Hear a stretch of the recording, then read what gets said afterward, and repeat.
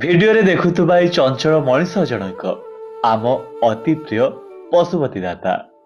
ଆମ ରାମପ୍ରସାଦ ଉଚ୍ଚ ବିଦ୍ୟାଳୟରେ ଅନବରତ 42 ବର୍ଷର ତାଙ୍କର ଚାକିରି ଜୀବନରେ ଏମିତି କେଉଁ ପିଲା ନାହିଁ କି ତାଙ୍କୁ ଭଲ ପାଉନଥିବ। ସବୁ ସମୟରେ ତାଙ୍କର ହସ ହସ ମୁହଁ କୌଣସି ବି ମଣିଷକୁ ଆକର୍ଷିତ କରିନେବ।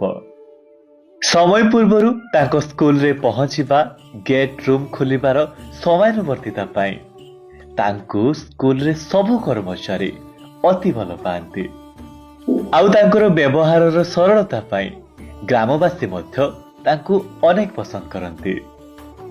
ମାତ୍ର ଦୀର୍ଘ 4 ଦଶନ୍ଧିରୁ ଅଧିକ ବର୍ଷର ତାଙ୍କର ଚାକିରି ଭିତରେ ଏବେ ସେ ଅବସର ନେଉଛନ୍ତି। ସେ ଦେଖିଛନ୍ତି ଏ ଉଚ୍ଚ ବିଦ୍ୟାଳୟର ଟାଇଲ ଛପରରୁ କଂକ୍ରିଟ ଛାତର ଯାତ୍ରାକୁ। ସେ ଦେଖିଛନ୍ତି ଏ ସ୍କୁଲର ଅନେକ ସଂଘର୍ଷଠୁ ସଫଳତା ପର୍ଯ୍ୟନ୍ତ।